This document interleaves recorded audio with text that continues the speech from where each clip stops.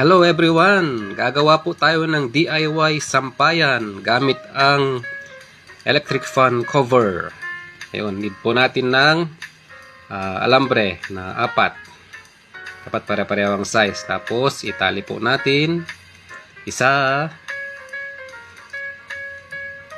dalawa. Dapat mahigpit po ang pagkatali para hindi po siya mag-loose. 3.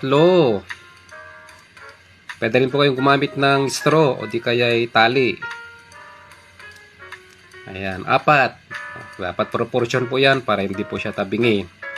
Tapos pagbuhulin yung dulo. Ayan, gawa na. Tapos ayan, gumamit po ako ng sirang hanger. Tapos ayan, ibuhol lang yan. Ibuhol, itali.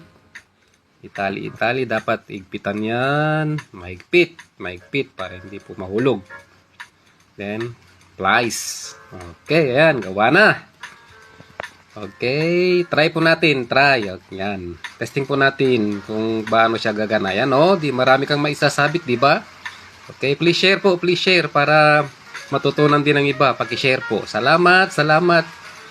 Thank you for watching, mga kaibigan, kapatid, kakabsat. God bless us all.